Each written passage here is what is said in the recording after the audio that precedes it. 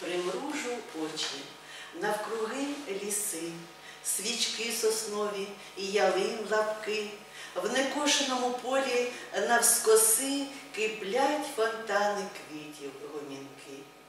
Повз ліс і поле голубінь ріки, там досі не сколочена вода. Таке чи ні усе було віки, стара земля, а вічно молода.